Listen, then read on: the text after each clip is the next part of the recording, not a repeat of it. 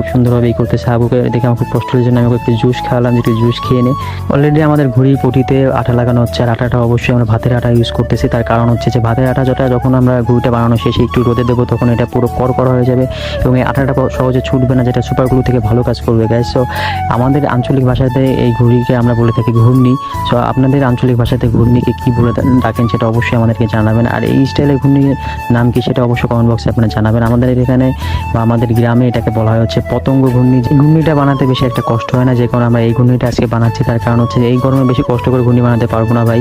আর হচ্ছে এদিকে আমাদের অলরেডি আপনাদের সাথে কথা বলতে বলতে আমাদের ঘূর্ণি প্রায় 80% কমপ্লিট হয়ে গেছে। এখন হচ্ছে ঘূর্ণির লেস কাটা বাকি আছে শুধু।